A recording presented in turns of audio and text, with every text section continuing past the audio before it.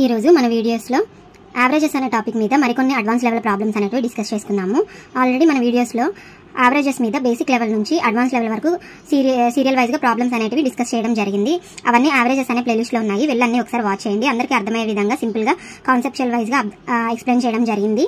మీ అందరూ వెళ్ళి ఒకసారి వాచ్ చేసి మీ అందరికీ నచ్చింది, మన ఛానల్ యూజ్ అవుతుంది అని అనుకుంటే ఒక మంచి లైక్ చేసి కమెంట్ చేసి మీ ఫ్రెండ్స్ అండ్ ఫ్యామిలీస్కి మన ఛానల్ షేర్ చేయండి.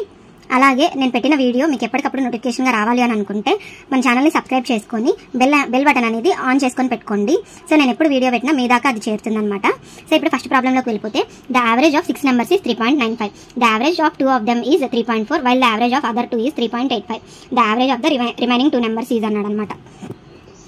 సో ఇక్కడ యావరేజ్ ఆఫ్ 6 numbers అన్నాడు. నేను 6 numbers A B C D E అనుకుంటాను, ఈ ఎఫ్ అనుకుంటాను 6 numbers. అయితే వీటికి యావరేజ్ ఆఫ్ 6 numbers 3.95 అన్నాడు అనమాట. అయితే టోటల్ సమ్ ఆఫ్ 6 numbers ఏమవుతుంది, 6 into 3.95 ఈ 23.7 అనేది వాల్యూ వస్తుంది అనమాట. అలాగే నెక్స్ట్ ఏం ఇచ్చాడు, the average of 2 of them ఏదో ఒక 2 అనమాట. నేను ఏ బి అనుకుంటాను. సో ఏ ప్లస్ బి ఏమవుతుంది, 2 into వాటి యావరేజ్ 3.4 అనమాట. సో ఇది వచ్చేసి మనకి 6.8 అవుతుంది. అలాగే while the average of other two అంటే సి డి అనుకుంటాను. సికి డికి యావరేజ్ 3.85 అన్నప్పుడు సి ప్లస్ డి ఏమవుతుంది, 3.85 into 2 అనమాట. సో ఈ వాల్యూ వచ్చేసి 7.7 అనమాట. సో ఇప్పుడు వాడు ఏమడిగాడు, the average of the remaining 2 numbers అన్నాడు అనమాట. సో ఇక్కడ మనకేం తెలుసు, sum of all the 6 numbers అంటే ఈ A plus B plus C plus D plus E plus F 23.7 అనమాట. సో అందులోంచి ఏ ప్లస్ బి తెలుసు, సి ప్లస్ డి తెలుసు. అవి రెండు తీసేస్తే మనకి ఏమొస్తుంది, ఈ ప్లస్ ఎఫ్ వస్తుంది అనమాట. సో 23.7 మైనస్ ఆఫ్ 6.8 ప్లస్ 7.7 అనమాట. సో 23.7 మైనస్ ఆఫ్ 6.8 ప్లస్ 7.7 మనకి 14.5 వస్తుంది. సో ఈ వాల్యూ అనేది మనకి 9.2 వస్తుంది అనమాట క్యాలిక్యులేట్ చేస్తే. అయితే the average of the remaining 2 numbers అన్నాడు. రిమైనింగ్ 2 numbers ఏంది, ఈ ఎఫ్ కదా. సో ఈ ప్లస్ ఎఫ్ బై 2 కావాలి. 9.2/2 ఆన్సర్ అనేది మనకి 4.6 అవుతుంది అనమాట ఈ క్వశ్చన్లో. సో ఇక్కడ సెకండ్ క్వశ్చన్ చూసుకున్నట్లయితే the average of 60 numbers is 48. The average of the first 7 numbers is 45 and the average of the next 6 numbers is 52. If the 14th number is 11 less than the 15th number and 5 more than the 16th number then the average of 15th and 16th number అన్నాడు అనమాట.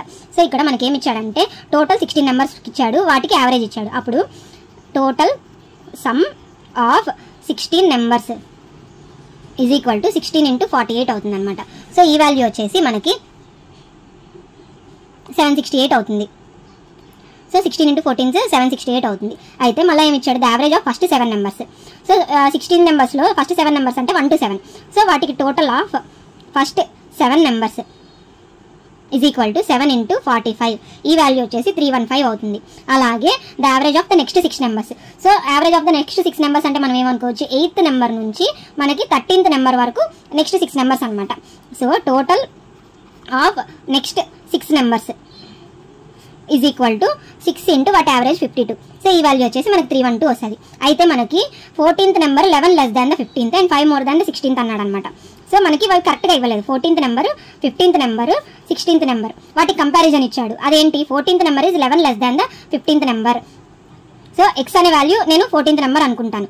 ఈ number 15th number అంటే 15th number ఏమవుతుంది, 14th number కన్నా 11 plus ఉంటుంది కదా. అయితే మళ్ళీ 16th number కన్నా ఇది 5 more ఉంటుంది అన్నాడు. 14th number 5 more ఉంటుంది అన్నాడు. అంటే 16th number x - 5 అవుతుంది అనమాట. సో ఇప్పుడు ఇలా కంపారిజన్ అనేది ఇచ్చాడు. అయితే 15th 16th నెంబర్కి యావరేజ్ కావాలి అన్నాడు అనమాట.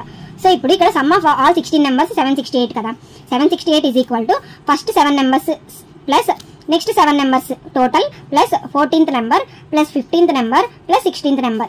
సో 768 ఈజ్ ఈక్వల్ టు ఇది ఏమొస్తుందంటే మనకి 627 అవుతుంది. ప్లస్ 3x ప్లస్ 6 అనమాట. So 768 is equal to 627 plus 6 ఏమవుతుంది, 633 ప్లస్ 3x అనమాట. So 3x is equal to మనకి ఎంత వస్తుంది, 135 అనేది వస్తుంది. So x is equal to 45 వస్తుంది అనమాట. x అనేది ఏంటి, 14th number. మనకి 15th number వచ్చేసి x ప్లస్ 11, 16th number వచ్చేసి x - 5 అనమాట. ఈ వాల్యూ వచ్చేసి మనకి 56 వస్తుంది. ఇది వచ్చేసి 40 అనమాట. ఈ రెండింటికి మనకి యావరేజ్ కావాలి. 56 plus 40/2 is equal to 96/2. Answer అనేది మనకి 48 వస్తుంది అనమాట ఆన్సర్.